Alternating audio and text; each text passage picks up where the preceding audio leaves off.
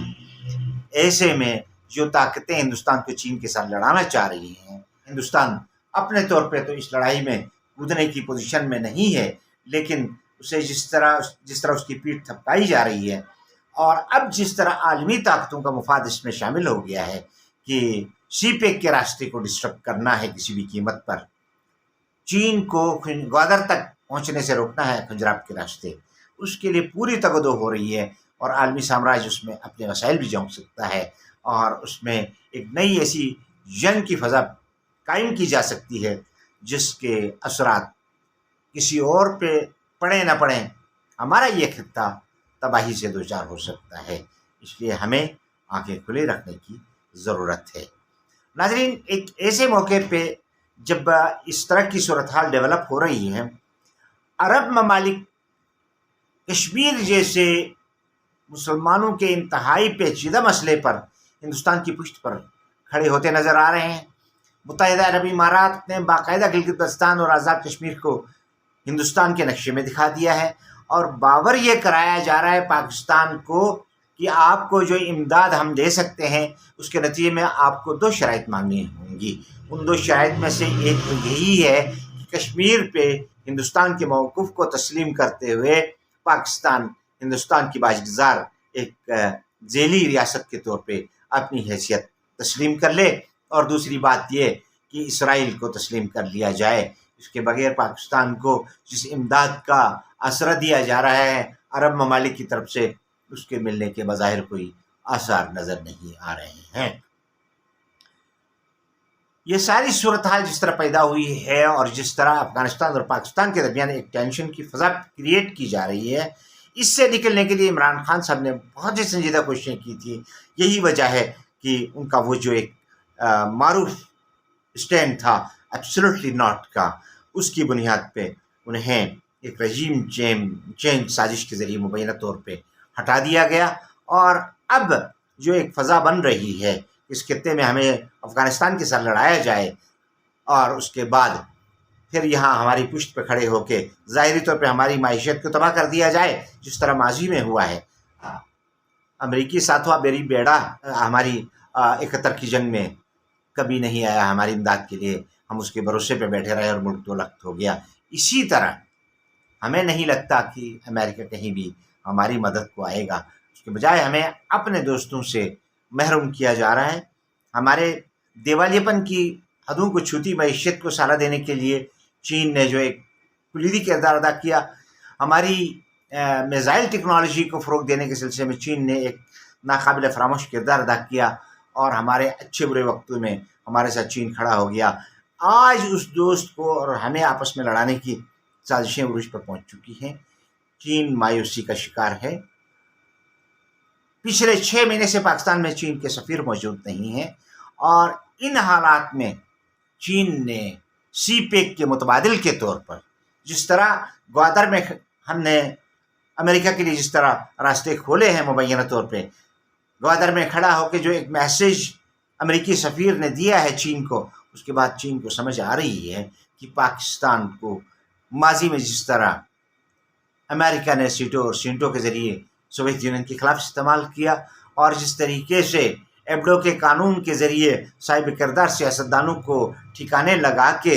فصلی بٹیروں کی ایک پوری فصل تیار کی گئی، اور جنہوں نے اس سسٹم کا حصہ بننے سے انکار کیا انہیں مشت ستم بنایا گیا، انہیں اذیت سے دوچار کیا گیا، ان پر غداری کے الزامات لگے. خواجہ ناظم الدین کی پٹیشن سے لے کر آج عمران خان کے خلاف جو کیسز ہیں،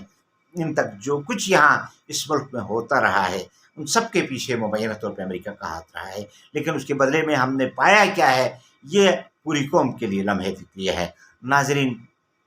عربوں کا یو ٹرن. پاکستان نے چین کی آشیرواد کے ساتھ سعودی عرب اور ایران کو قریب لانے کی جو کوششیں کی تھی، اس کے نتیجے میں ایک بہتر فضا اس خطے میں پیدا ہو گئی تھی، اور اس کے ساتھ ساتھ چین، ایران، سعودی عرب، پاکستان، ٹرکی اور سینٹرل ایشیا کی ریاستوں میں، افغانستان میں امن آتا ہوا تجارت فروغ پاتی ہوئی اور ایک پرامن فضا ڈیولپ ہوتی ہوئی نظر آ رہی تھی، اس کو ختم کرنے کے لیے ہمیں استعمال کرنے کی کوششیں ہوتی رہی ہیں، آج بھی ہو رہی ہیں اور آئندہ بھی ہوتی رہیں گی۔ ان حالات میں عربوں نے ایک یو ٹرن لے کے جس طرح ہمیں انڈائریکٹلی ہمیں میسیج کمیونیکیٹ کیے ہیں کہ کشمیر پہ ہم ہندوستان کے کلیم کو تسلیم کریں مبینہ طور پہ اور اسرائیل کو تسلیم کر لیں امداد کے بدلے میں، تو یہ تو خودکشی کے وہ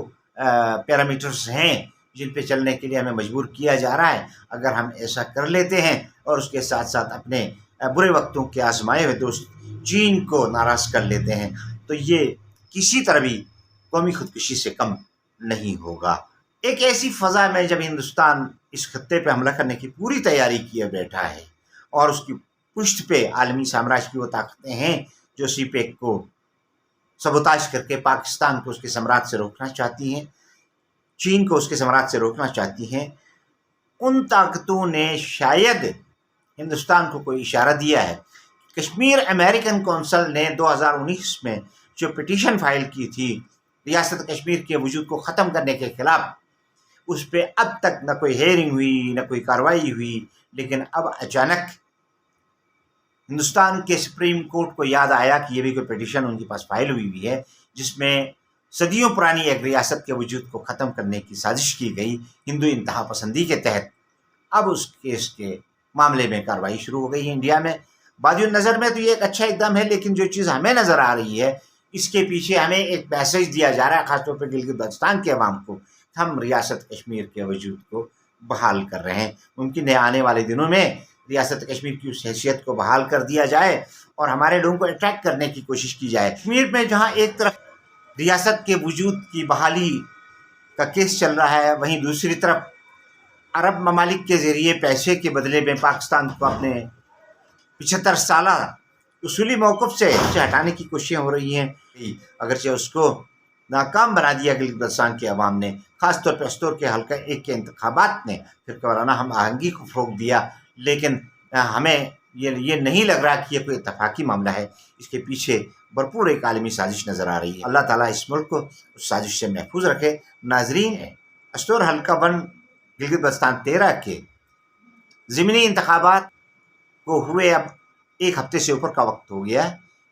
لیکن ابھی تک اس کے نتائج کا اعلان نہیں کیا گیا ہے۔ یوں لگ رہا ہے کہ یہاں جمہوریت کو ایک تماشا بنا دیا گیا ہے، ایک کھیل بنا دیا گیا ہے۔ استور میں لوگ بھرپور احتجاج کر رہے ہیں اور جسٹس ریٹائرڈ خورشید خان صاحب کی طرف سے جو پٹیشن الیکشن کمشنر کی طرف سے الیکشن نتائج روکنے کے خلاف چیف کورٹ گلگت بلتستان میں دائر کی گئی ہے، کل اس کی ہیئرنگ ہے، دیکھنا ہے اس کے نتائج کیا آتے ہیں۔ ناظرین، اس کے ساتھ آج کے اس پروگرام سے آپ سے اجازت چاہوں گا۔ اگلے پروگرام میں کسی اور موضوع کے ساتھ آپ کی خدمت میں حاضر ہوں گے۔ تب تک کے لیے اپنے میزبان عبدالبشیر خان کو اجازت دیجیے۔ پاکستان پائندہ باد۔